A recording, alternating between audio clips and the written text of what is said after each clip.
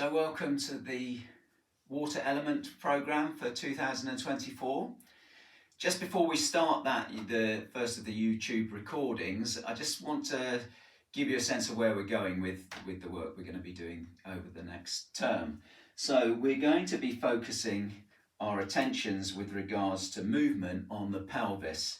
So the pelvis is obviously this bit here, and the pelvis connects to the hips, so that will be an important element of what we're looking at. The pelvis and the low back then connect up in and around the ribs, so it's embedded, if you like, between hips and ribs and upper spine. So how we move around the spine area and around the ribs area will impact on how that pelvis moves and that low back area.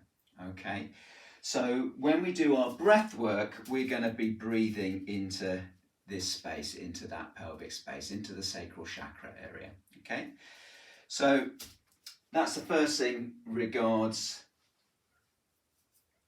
this term's work. You'll need a couple of these balls. I've put the actual link to how to get these from Amazon, but we'll be using these balls in order to get some fascial release around the pelvis when we're further down the line on the program. You'll be needing your bolster, and last thing you're going to be needing is this 2 inches above the brain here, because we're going to be turning this pelvis into a clock face. So let me just get my clock face.